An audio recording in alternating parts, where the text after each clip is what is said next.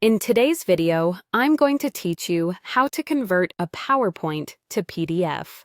Turning your presentation into a PDF is a great way to share a polished, read-only version that looks the same on any device, even if the viewer doesn't have PowerPoint. It preserves your layout, fonts, and images, and it's ideal for emailing, printing, or uploading as handouts. Start by opening your presentation in PowerPoint. Give the slides a quick final review. Check that your titles, images, and charts are aligned, and remember that animations and transitions won't play in a PDF. What you see on each slide is what will be captured, so make sure everything that needs to be visible is on the canvas and not hidden off-slide. Next, go to the File menu and choose Save As. This is different from Save. Save As creates a new copy in a different format while keeping your original PowerPoint intact. Using Save As ensures you'll have both the editable .pptx file and a static PDF version for sharing. Choose where you want to store the PDF. Pick a folder you can easily find later and give the file a clear descriptive name. Consistent file names help when you're sending multiple versions or archiving final decks. In the Save As Type dropdown, select PDF.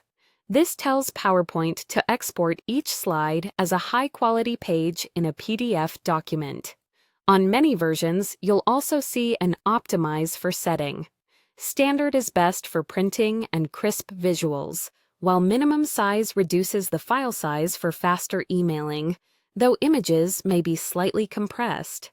If you need to fine-tune what gets included, the Options button in this window lets you choose a specific slide range or include speaker notes.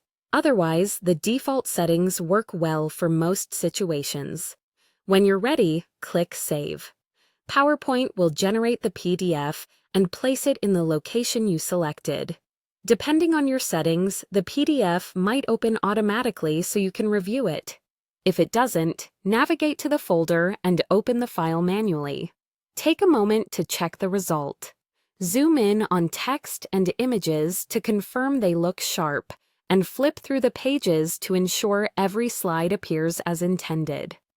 Hyperlinks you added in PowerPoint typically remain clickable, but interactive elements like animations, embedded media, or transitions won't carry over, which is normal for PDFs. That's it. You now have a clean, shareable PDF copy of your presentation, while your original PowerPoint stays untouched for future edits.